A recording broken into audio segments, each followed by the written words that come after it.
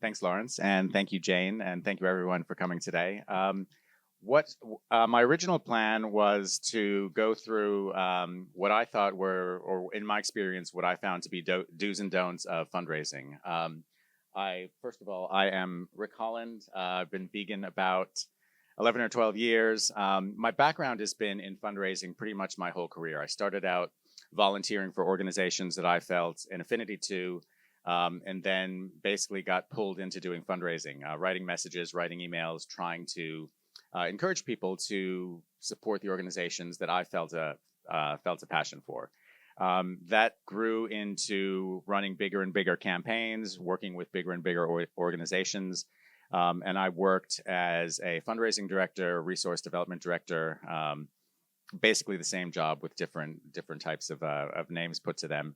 And then about 15 or so years ago, I decided to, because I wanted to work with more than one organization at a time, work as a consultant. So I've been doing that for about the past 15 or so years. I try to work as much as I can within vegan organizations, plant-based food organizations, food systems change organizations, although I do occasionally work with some performing arts organizations. I met Jane, I want to say maybe 6 or 7 years ago, when Veganuary was in its early days. I was at a vegan event, I think in Alexandra Park in London, and just after you were speaking, just kind of went up and said hello, and I'm here if there's anything that I can do. And I think we've stayed in touch. Since then. But just again, as a little bit of background to today, what I've tried to do is go through some things, or make a list of some things that have worked for me and the organizations that I've worked with as a fundraiser and consultant. Jane's background is, well, I'll let Jane go into her own background. But I'm hoping we can have a good conversation about some of those do's and don'ts, which are different for every funder, for every organization. But ideally, we'll have a good conversation and hear some of the issues that you may be dealing with in your own organizations.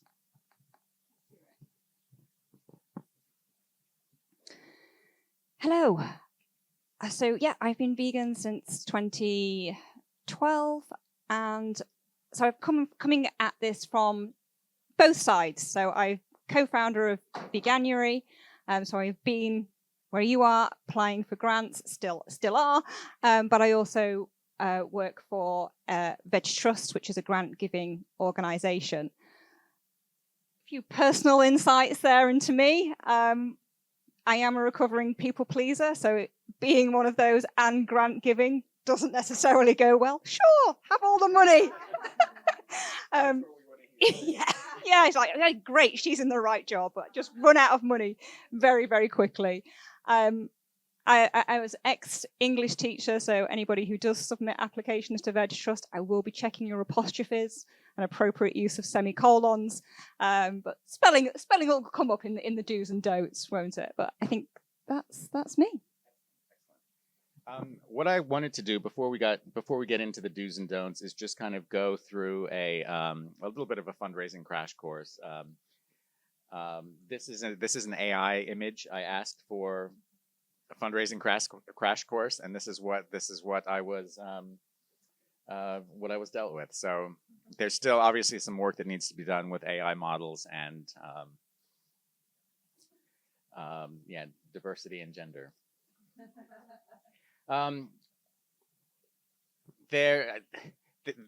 In my work, in my experience, there's no one right way to do fundraising. And for me, it's been all about helping develop relationships with funders at every level. So whether people are giving a couple pounds or euros or dollars a month, or whether they're giving 6, 7, 8-figure gifts to organizations, the most successful fundraising comes down to what is the quality of the relationships that we have with our donors, and then what can we do to make those relationships as strong as possible and keep people involved. And that involves a combination of strategy, communications, and planning, not only on an organizational basis, but it may also be what is the strategy if we're trying to engage a funder, a particular funder within our organization, is there an individualized strategy that we can use to help bring them in, to help grow the relationship that we have with that person or with that institution, to bring them into our organization. I also briefly wanted to mention two fundraising models. When I first got into working with nonprofits, there was this fundraising pyramid. Now, I think we know that pyramids are built by people who are enslaved, and this I found that this is quite an outdated mode of modeling how fundraising works.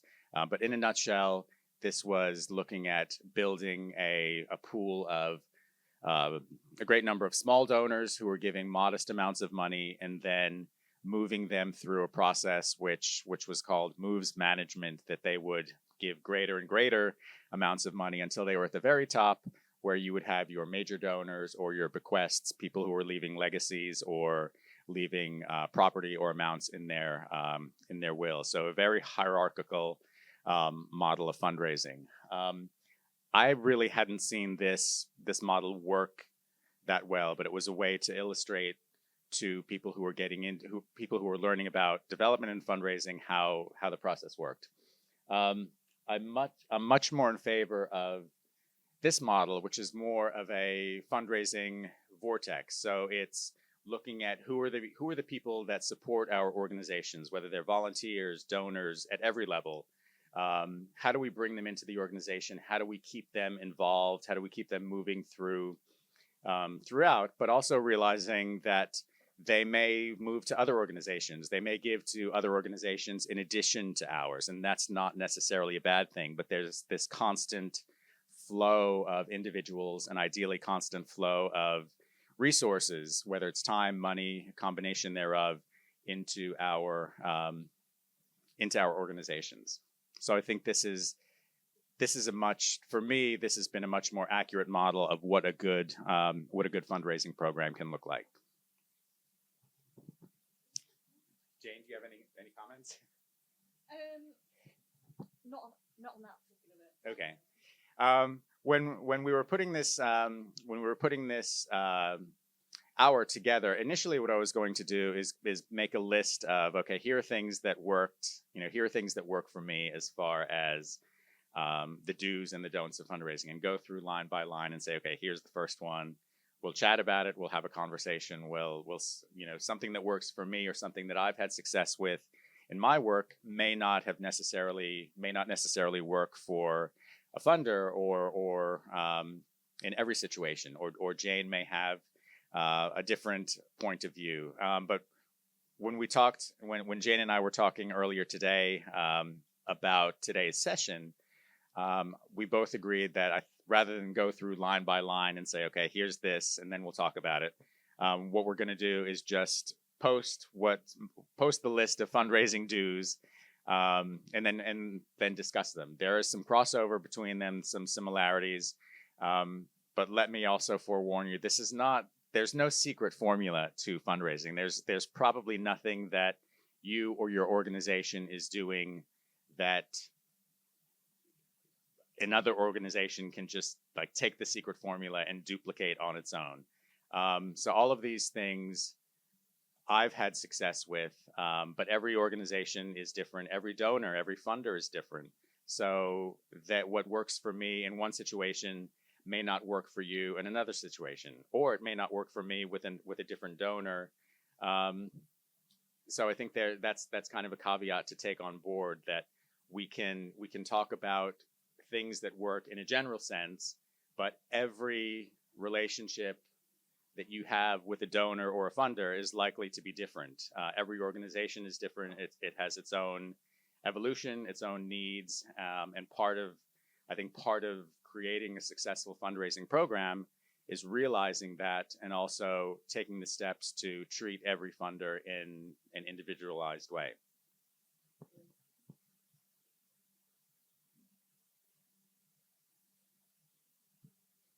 So this is the list which Jane, you and I can talk about.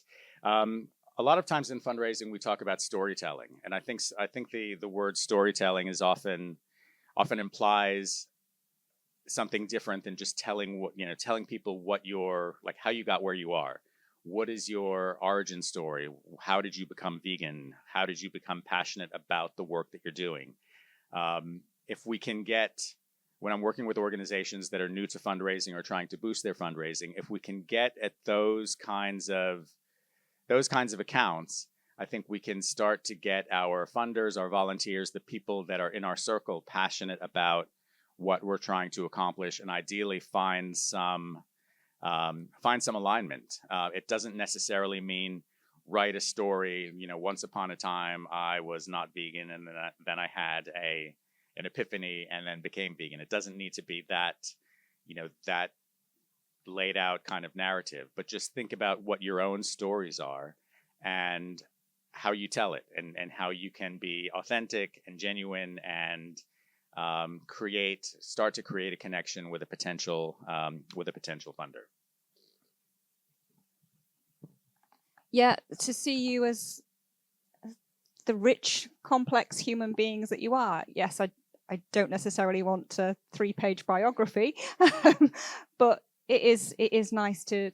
I mean, that's the benefit of meeting grantees as well, is to find that out about them. But also, if you're new to me, or if you're new to the movement, what are your skills? How are they transferred into the work that you're doing? I'm very much interested in that as well. Thanks, Jane. And I think that's also when I talk about mention your goals or your needs. Sometimes I think we develop a fear around fundraising and talking for money. We have, there might be the meeting or the meal that we have scheduled with a potential donor or a current funder, and it's like we think, okay, I've got this. I've got half an hour. If this half an hour doesn't end and I haven't made the ask, I haven't made my ask for £1 million, then the meeting might be a failure. I want us to think about backing away from those kinds of thoughts and think more about, what is your organization's history? From the point that you started to 2025, how do you assess your impact? What are your goals? Where do you want the organization to be in 2 years or 5 years or 10 years? And then once you create that kind of space, create that kind of context, then talking about, for us to get from where we are now to where we want to be in 2030 becomes a much more natural, a much more organic conversation. And then it's much easier to say, well, here's where we are now. For us to accomplish everything we intend to in the next 5 years, we think it's going to cost us X.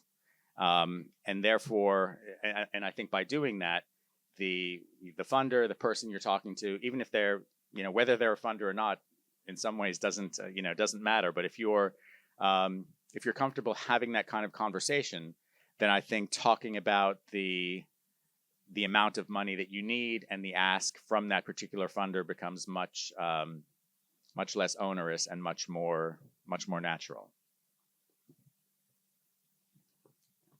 And I may be jumping ahead, but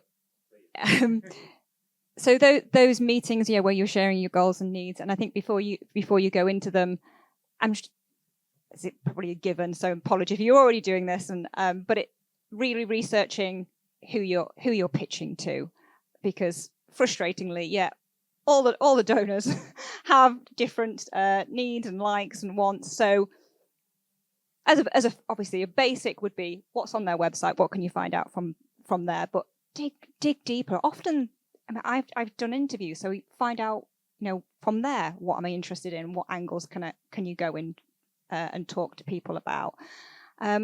Ask other people who've been funded by them. They will have insights that they can share with you. I know that that resources are very tight in our movement, but from my perspective and the conversations I've had with other groups, people are really generous with that information. I'm here to help you out, and I can tell you that so-and-so doesn't like that, and don't ever do that in that interview. One particular donor absolutely hates swearing. Don't you dare swear in front of him. And so that's really valuable information to have, because it can derail your meeting if you're saying something, and it's a trigger point for them, and then they've gone off and potentially tuned out what you've said because of it. I think that's a great point, and I think one of the, again, Jane, you mentioned that, like, talking to other grantees, other people who have received funding from an organization or from a donor, that you're building a relationship, I think is something that we don't do enough. I think often we have a fear that, well, I'm applying, like, I want to apply for this money. If I tell someone else about it, or if I reach out to someone who's received money before, then maybe I'm jeopardizing my application, or I'm becoming more vulnerable because I'm telling another, perhaps competing organization, or an organization that I feel might be competing for that funding, about what I'm doing. But again, in my experience, if we do that, if we collaborate, if we tap into the expertise that other organizations have, then that puts us in a stronger position.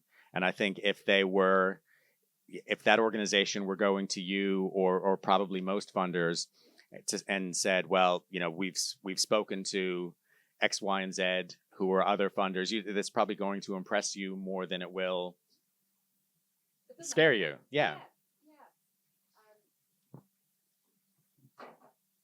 And just on that, going back to the goals and needs, I think what also I'm looking for is, if it's a new project, have you done your research into the movement, and you know that you're not duplicating what else is there? And if you are, what's the I'm guessing there's going to be an edge. So really highlight that, but show that you've done the research and you've looked into it. There was another point I was going to make on that. No, I've forgotten it. It might come back to me. The next thing I have on my list is host things or do stuff. And I'm not advocating creating, the 300-seat, 500-pound gala event. But think about things that you can do, or that you're already doing, that you can use as vehicles to involve people that you want to get to know better. So it could be that you've just published a report, or you're launching a new initiative, and you've created a press release, or some kind of information. Can you put together a webinar that you're inviting your volunteers and staff and anyone within your circle? Ask them to listen to your update of what's happened. Or if you've created a YouTube video that says, we've just completed this project, invite people to view the video. Create or think about the things you're doing already, and how you can use them to build your audience, and build your audience of potential funders. It could be, hey, I'm going to VARC at the end of March. Do you know about it? Are you interested in attending? And it could be, hey, no, I didn't hear about it. I can't make it this year. But then afterwards, you can say you have a reason to contact that person and say, I'm sorry you couldn't make it. It was a great event. This is what we talked about. This is who I met. I'd love to catch up with you over coffee. And you're creating an opportunity to engage with people that you want to get to know better. It's not necessarily all about how much money they have and how you can get at it, but what are the things that you can do that you can invite people to get to know your organization better, and build a relationship and build trust that works both ways. I remembered. It was about not shying away from the challenges. So from being on the other side of it, I know that there are going to be. So tell me, what are the issues and how are you trying to remedy them? Because I know they are going to exist, and I just want to have an honest conversation with you. And the fact that you're aware of them goes in your favor. And back to being at events, I know they can be costly, and I'm glad that this is, something in the UK that we can attend, and Manchester is cheaper than the South, so there's all that to consider when it comes to accommodation costs. But being here and having a presence, so whether it, there was the stalls, or can you get a speaking opportunity? How are you getting? Because you don't know who's sitting in the audience. And that's how I've come across some grantees, or someone might drag me aside and introduce me to somebody that I've never met before. And that's when that relationship starts. So these events are really important. But, wherever you can have a presence, and whether that's social media, because I do check that out. I am very involved. So I'm thinking, what's coming up in my feed? Oh, they're new, or I like that campaign. And it's just visibility, being there. Yeah, and I think it's again, there's no one way to do that. I think every organization is going to be different. There are different things that are going to work for you that may not work for another organization. But it's thinking creatively about how you can build those relationships. When we're all here in Manchester in the same hotel, it's easier to kind of grab someone or have a quick conversation. But even, one of the things that I do if I'm traveling somewhere, even if it's not for work, if I think about, well, who are the people, like, do I know anyone in that city? And it's an email to say, hey, I'm going to be in Berlin next week. If you have time, let's get together for a coffee. Sometimes that doesn't work because I might not get a response because people are busy. They may not remember who I am, any number of things. But sometimes they'll say, hey, that works out. Let's get together for coffee or have a meal. Or it could be, well, actually next week isn't going to work, but give me a shout next time you're here. But it's a way to use that as a way to build a relationship. Even if you don't meet in person, you then have a reason to get in touch with someone next time, or to say, hey, well, of course, when you're in London or wherever your home is, drop me a line when you're here. It would be great to catch up. Doing things like that they don't have any cost to them aside from sending a few emails. If there's no meal, then there's no cost. But it could be just for the cost of a cup of coffee. You're finding a way to reach out to people that you may not know that well, to build that kind of relationship. So when I say do stuff or host things, it's that kind of thing. And that's also related to, like, find ways to engage with the people that you want to get to know. As Jane mentioned, if you're checking social media, I would imagine that there are some organizations that are posting things that they're doing that are aligned with what you're interested in. So they may not be doing it explicitly, but they're taking steps that help build a relationship with you or with other people who are important in their circles. And on social media as well, LinkedIn. So even if a donor doesn't accept your request, you can often follow them. And I know I do. I post about the events that I'm going to, so you can stalk me that way. And she's going to be at IFE next week, and maybe I can go there. So that is another avenue, and it's also the most professional route. I probably do add people on my Facebook, but then I also get to see what you're doing, and that might not be what you want a donor to see. So just be cautious of that.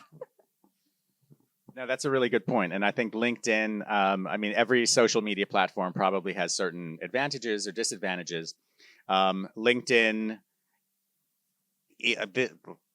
there are 300 or 400 people here at VARC this weekend. Unfortunately, I didn't have a chance to meet everyone in person. If anyone did, that's fantastic. I want to know what your secrets are. But I think it's also, again, it's a reason that next week or in a few days, if there's someone that I missed having a one-to-one conversation with, I think to send a LinkedIn message or a connection request that says, "Hey, it looks like we were both at VARC. We didn't have a chance to chat. Can we connect? Can we have a phone call? Can I send you a quick email about some of the things that I'm working on?" They may say, anyone may say, "No, I don't have time," or "I'm not interested." That doesn't happen as much as as we fear it does. But I think when we again create those opportunities and take those steps to make those connections, they will bear fruit. They'll become. I see that.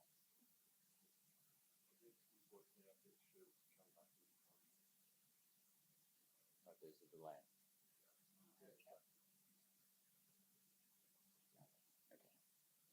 So that's when I say engage your people. That's what I'm talking about. Think about if they're individuals. Think about the things that that they're interested in. What are their passions? What are the other organizations that they're interested in or they're supporting? And find ways to connect. Similar to find reasons to stay in touch, as I mentioned. If you're traveling or if you know someone's coming to where you are, say so. Create these reasons to be able to connect with people. And then when I say create a space for support is a little bit different. I remember one of the first and I don't have an issue talking about this because this is outside of the animal advocacy and food systems change world. But the first work that I did in the UK, the job that I had was overseeing a £10 million capital appeal that was happening in the UK. And I was working very closely with the chief executive, and we had set up an event where there were potential 6 and 7 figure donors in the room. So very, very exciting, a little bit nerve-wracking. And the first thing that he said is, you can become a member for £50, which is true. Absolutely true. And we would never say no to someone becoming a member. But in an alternate universe, had the conversation been around, we are trying to raise £10 million for this organization. We've got, we're £800,000 away, £800,000 away, or whatever the goal was. Everyone who was in that room would have been thinking about 5, 6, 7 figure numbers instead of £50. So when I say create the space for support, think about your organization, what you're trying to accomplish, and who your audience is, and the numbers that you talk about. Of course, in an ideal world, we'll all have diversified income that's made up of, a handful of major donors or major funders, a couple, hundreds or thousands of people who are giving more modest amounts of money. That would be the ideal. I think for most of us, we're probably, that balance is probably not quite where we'd like it to be. So until we get there, think about the amounts of money that you're talking about, and the things that you're talking about, and who your audience is, who your potential donors or supporters are.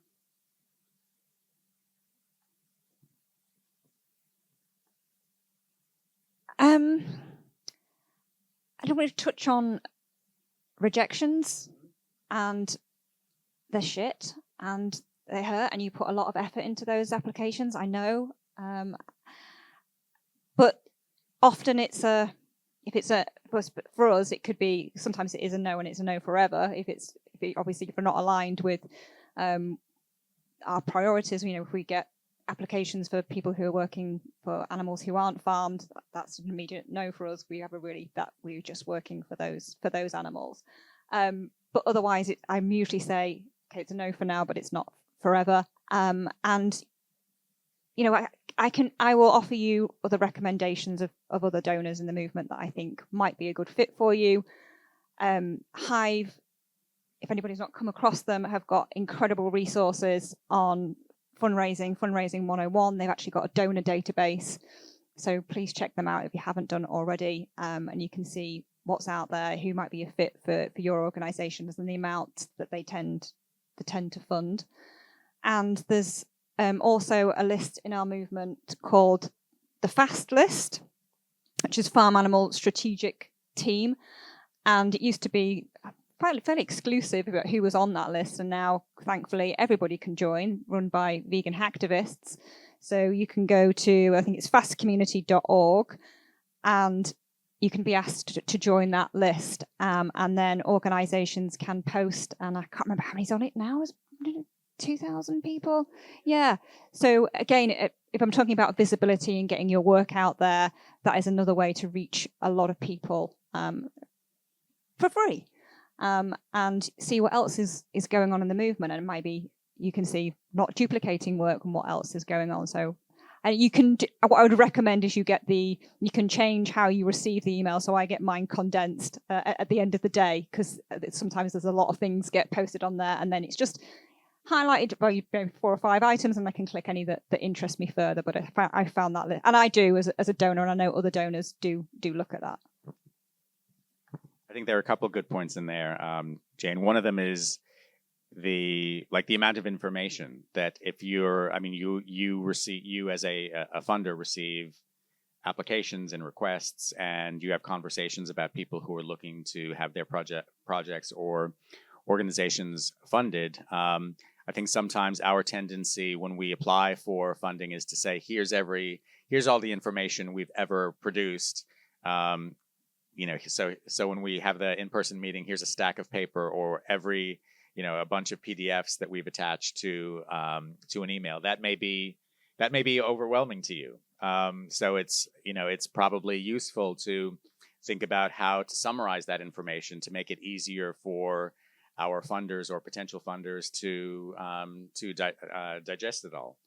I also wanted to follow up on what you said about rejection.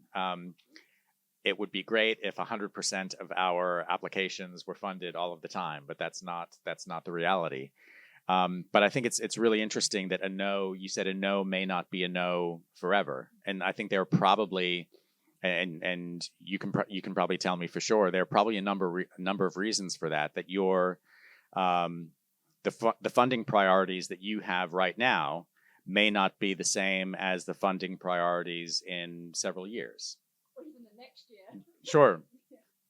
I think there's also, we have, even with the 400 or so people who are here at VARC, we have a fairly close-knit community. So someone who's working, whether it's you or one of your colleagues, may move on to another organization or another funder, and that funder may have other funding priorities. But the relationship that you have with that individual, if you listen and go through, if you maintain that relationship, you may have a built-in relationship with a new funder as people change positions or move around. And I think that probably works both ways as well. That if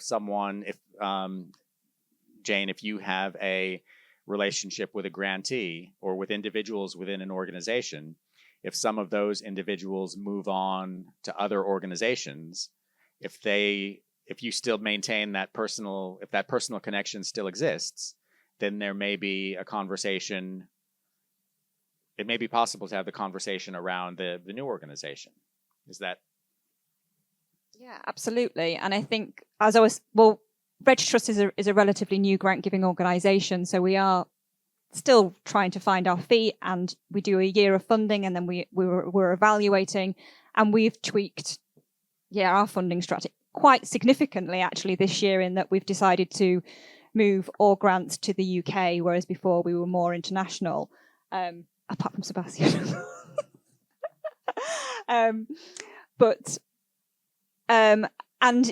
And similarly, that there are some new grant organisations in the movement, like the Navigation Fund and the Tilt Collective, and the same is true for them. They are finding their feet. They are changing, and so if they're not fit now, it's definitely worth checking their website, speaking to the grant officers, and finding what their new focus is, because it does change.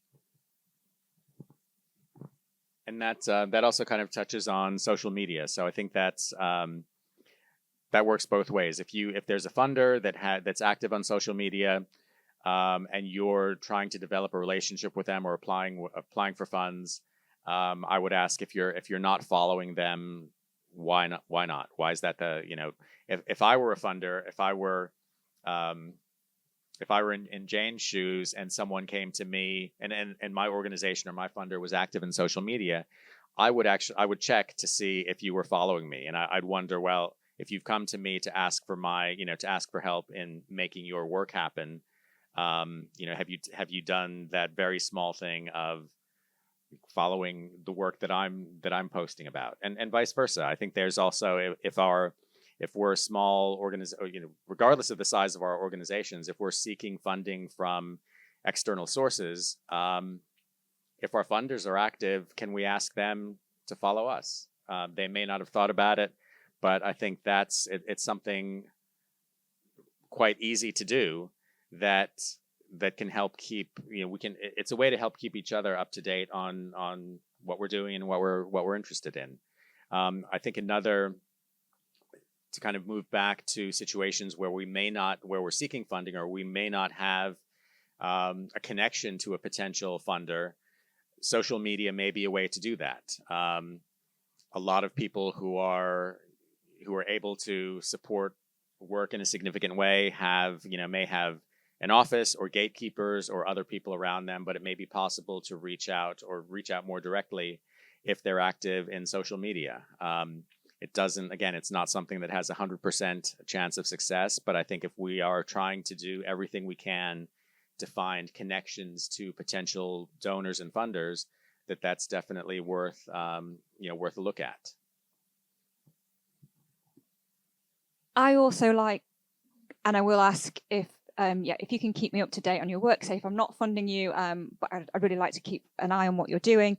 I ask if you've got a newsletter, because for me, I do read them, but I don't feel like I'm reading them under any pressure. So if you've emailed me directly, I'm very conscious that that's flagged and that I need to get back to you. Whereas a newsletter is much more of a leisurely, I'm going to get to that.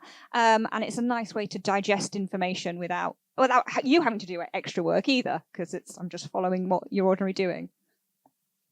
I think that also goes to the last thing that I have in the list of do's is listen to what your funders and donors and supporters are saying. If there's a way that they like to be contacted or a way that they prefer to get their information, and they tell you, then listen to what they tell you. And again, it can be common sense, but I think it's really important in building relationships with people who help us do our work. Shall we move on to the list of don'ts? It's going to be putting don't in front of all of these. So there's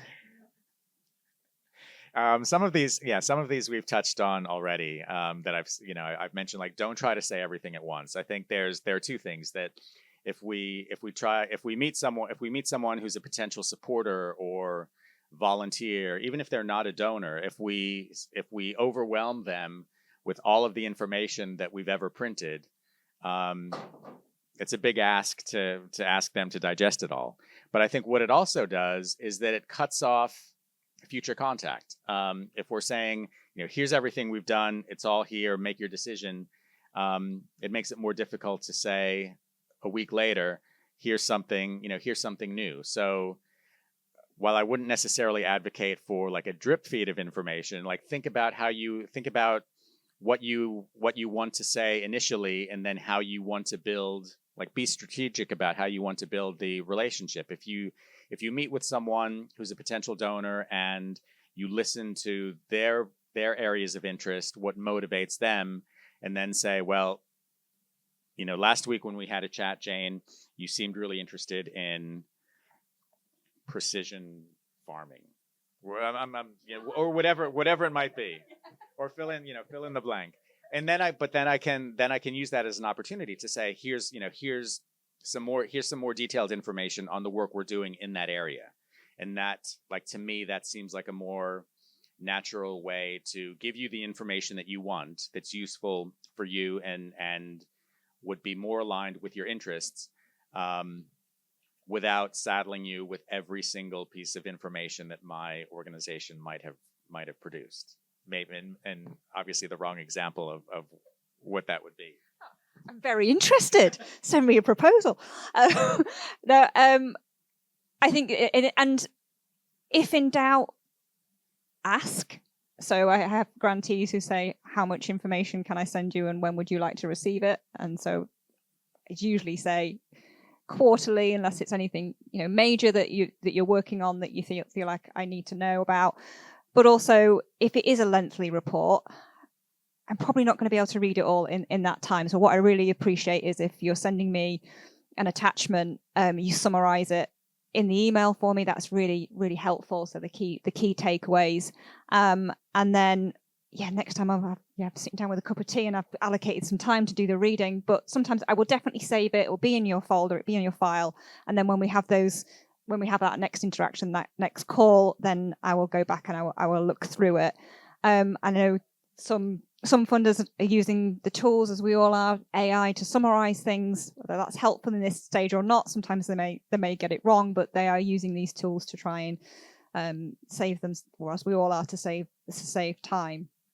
In terms of, this was quite late coming together, wasn't it? But I said I would have been happy to provide some examples of things that I like, and frustratingly, yes, all those are different, but I can tell you what I like, and that's really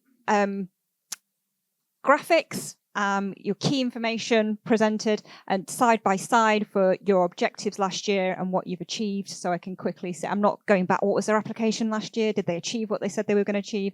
I really want it very clear in boxes for me. The particular highlights of what you're working and what you want to achieve, really just bring them out for me. And anything I want to look in more detail to, maybe you can send a link, and if I'm interested in that, I will go off and find it. And that really goes back to listening to your funders or donors about what kind of information is useful, what is the format.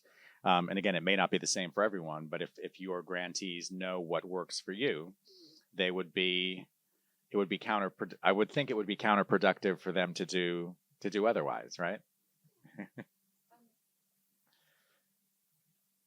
So asking other donors in the movement, what they want as well, and the key word takeaways were simple, direct, short, clear, and honest, because donors do talk to one another.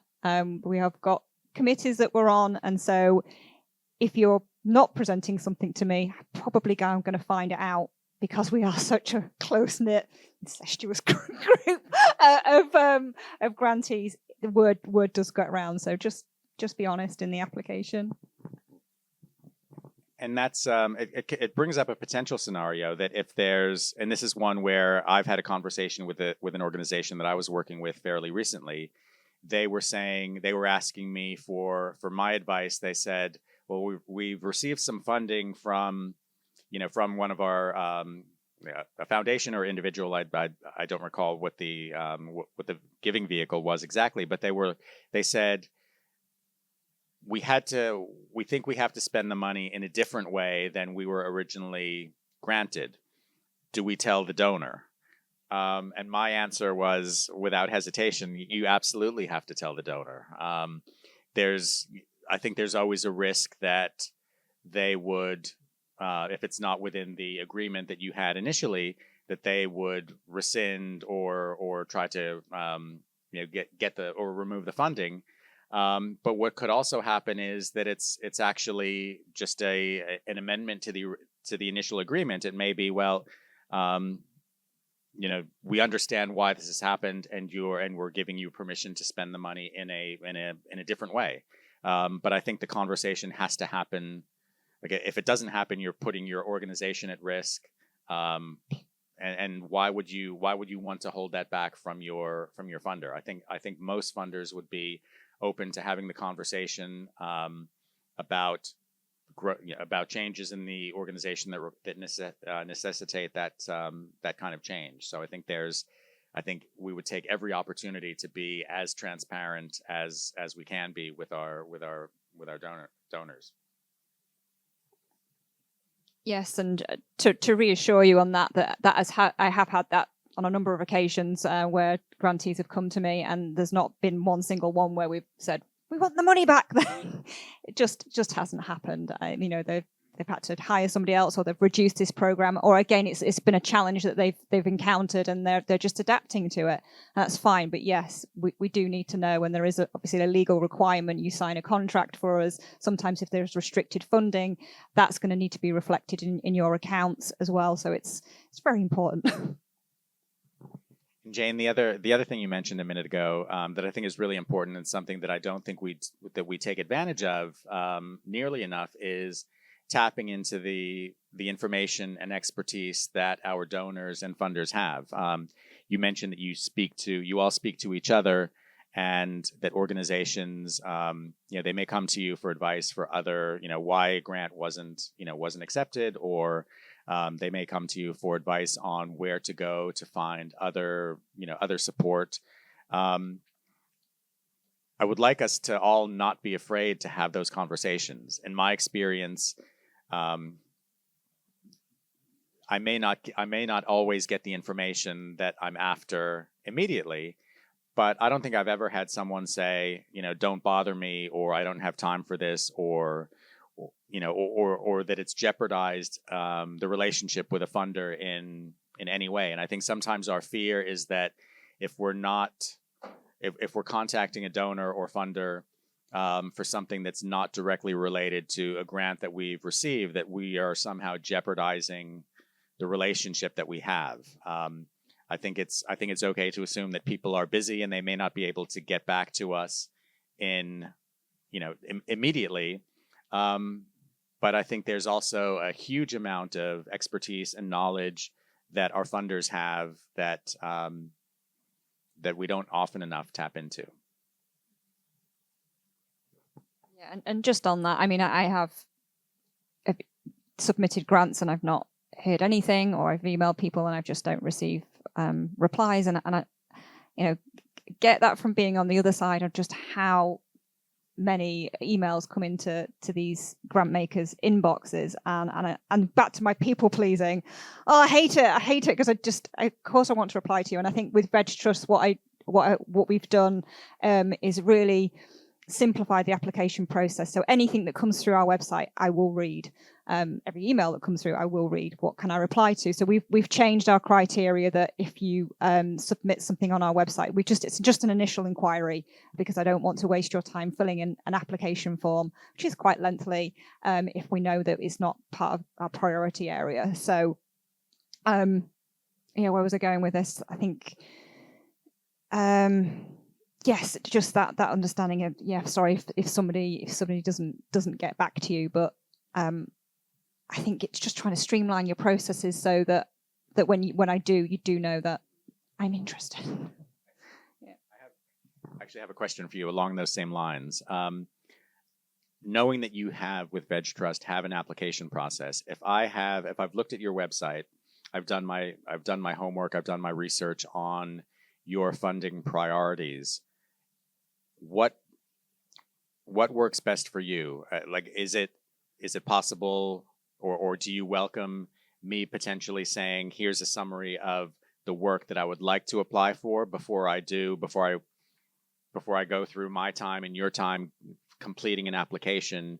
Can you give me an informal sense of if this is aligned with your work, or would you rather me bypass that step and go and complete the application? How do you handle situations like that?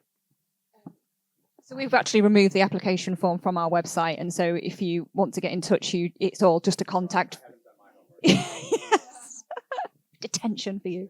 So it's just an initial inquiry, but I have I've updated the grant information. As I say, we've changed things this year, so before it even gets to that stage, you should really know whether we would be interested, and I think I'd like to see that more in the movement, for just updating websites, saving people time so they know that, okay, I'm just not a fit for this organization. Have you mentioned a group of other funders that you keep in touch with? Are other ones doing that? Or is VegTrust kind of ahead of the game in looking at or assessing potential grantees in that way? Some do, and I think some of the new groups that I mentioned, they're getting there, and because they're refining things, it's forever changing. So just because you've looked at their website 1 month recheck it, because it might actually change with the way things are going. So yeah, to save people time, it's just an initial inquiry. It could be a small paragraph. You might want to send me a link in that. Some people do, some people don't, but it would just give me an idea of, this is actually something I'm interested in hearing more about. And then that might be an email from me, or it might actually be an application. So it could be either one.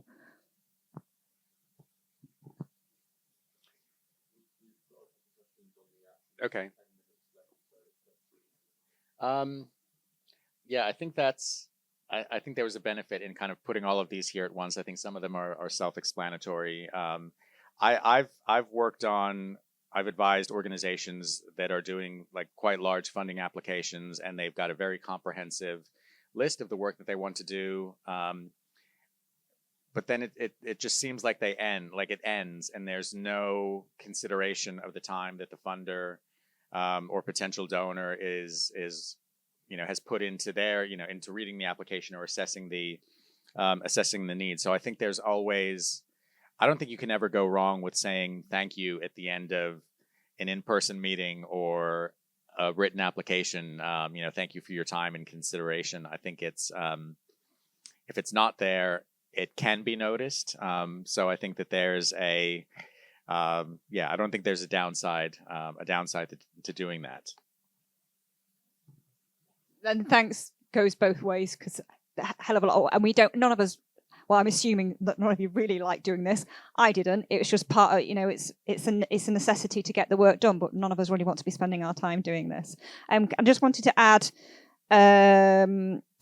feedback for donors as well, because I know not necessarily we're talking about power dynamics and trust-based philanthropy. So even if you didn't feel comfortable doing it directly, you can submit anonymous messages through our website. What's going to make your life easier? So I have asked grantees in the past. I'm still working on those changes, but they've said, I want a word count on your application. How much am I supposed to answer this particular question? Great point. Thank you. Yes, that would make your life easier. And can you supply me with some exemplar materials of what works well for you, and then I can replicate them? Of course, that's a great idea. I need to do that. So any feedback from you goes both ways.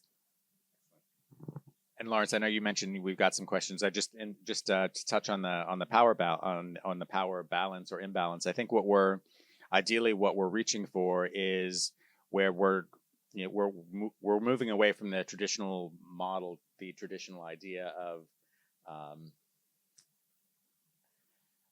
the funder having a whole lot of power over the organization. I think the more balanced we can make that, where there is an equal partnership, the funder can provide the resource, the wealth, the money to make the work happen, but the nonprofit or the organization has the expertise to actually do the work. So this is a mutually beneficial relationship, and one where ideally, and I think we're not quite there yet, not only in our movement, but in across the voluntary sector at all, or as a whole, we're not quite there yet. But I think that's the ideal that we're moving towards.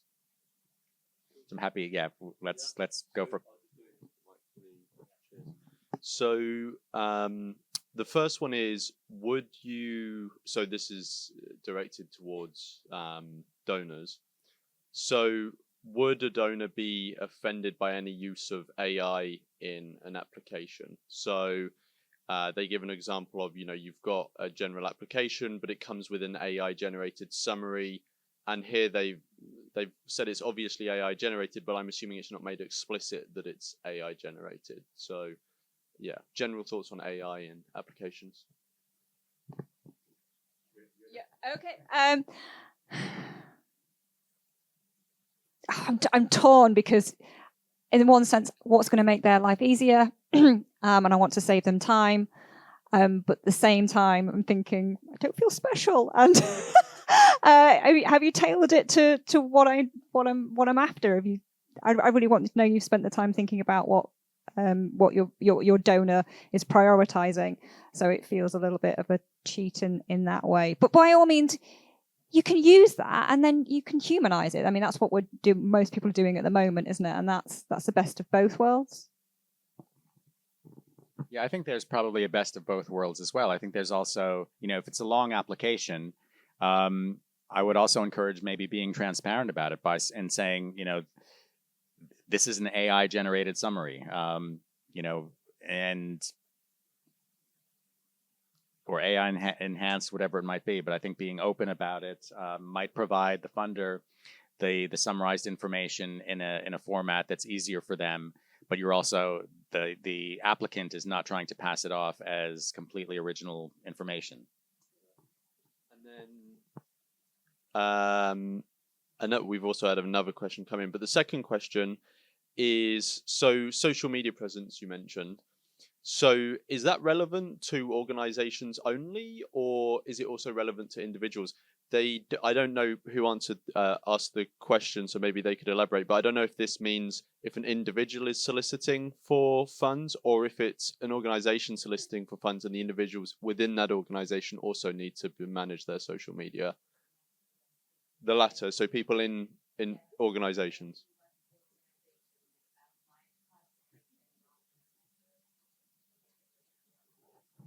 Oh, which one do you use to connect with?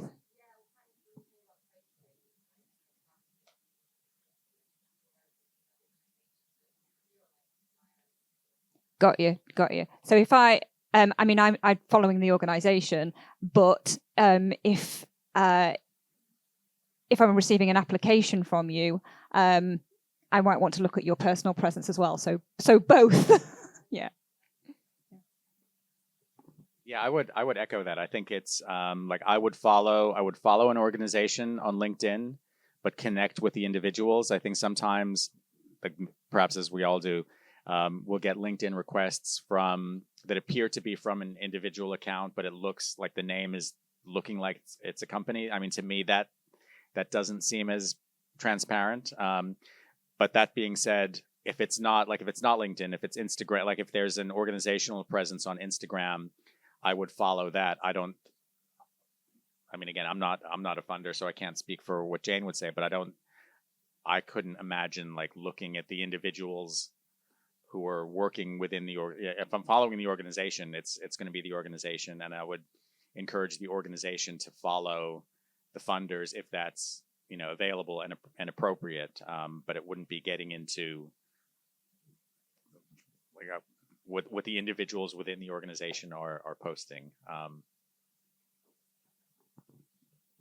think we've got time for this one last question. So it's a two-parter. So do you have any advice for how to improve relationships between fundraising organizations? So there are obviously limited funds, and there are several organizations or many organizations that are looking for that. Could cause infighting and competition. How can this be reduced and competing, organizations soliciting for funds? How can they sort of keep it amicable?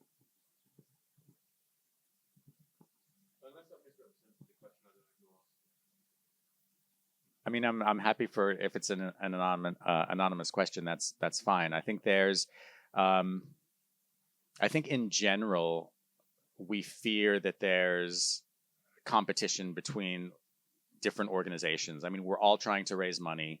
Probably, I mean, you wouldn't be here most likely if you weren't trying to raise money from funders or foundations or individuals. And there are a limited amount of funders in this space. I think one of the challenges we all have is how do we cultivate new funders like Navigation or Tilt? How do we find more funders like that who are not currently active, but have an interest, or that we can develop an interest in, farmed animal advocacy or food systems change or veganism or, any combination thereof. I think that's an ongoing challenge. But I also think that we fear competition, but I think that if we can encourage more and more philanthropy, that there is a little bit of the rising tide will lift all of the boats, rather than it being a zero-sum game where it's your gain is my loss or vice versa. I think we need to do more to bring in more funders. I haven't exactly cracked how to do that. I'm not sure everyone has, but I think everyone's thinking about it. And from a donor's perspective, I really like it when I get other groups recommending somebody else, and it is never diminished what I've given to them. It just makes me think, okay, you know, well they've realised good work, and they want to see them get funding too. So, but it's not affected there. If anything, I view them in an even better light as a result. Yeah, I think. Lawrence, in general, I think there's like sometimes we have a fear that that funders or organizations are going to act in a certain way or think a certain way without necessarily having evidence of that. Again, when I was first doing work in the UK, when I was putting together potential lists of prospects who could support us, some of my colleagues were saying, well, this is why this person can't give, and this person is, you know, cash poor and land, like all of these reasons why people potentially could not support what we were doing, but there was no evidence of it. So if we had assumed a no from the very beginning, that everyone was going to say no for one reason or another, then there was no purpose in continuing. I think we have to assume that people will say yes unless they have a reason to say no. And of course, not everyone's going to say yes all of the time, but that's what we need to work towards. Thanks everyone for coming. We're out of time. If we could give a round of applause.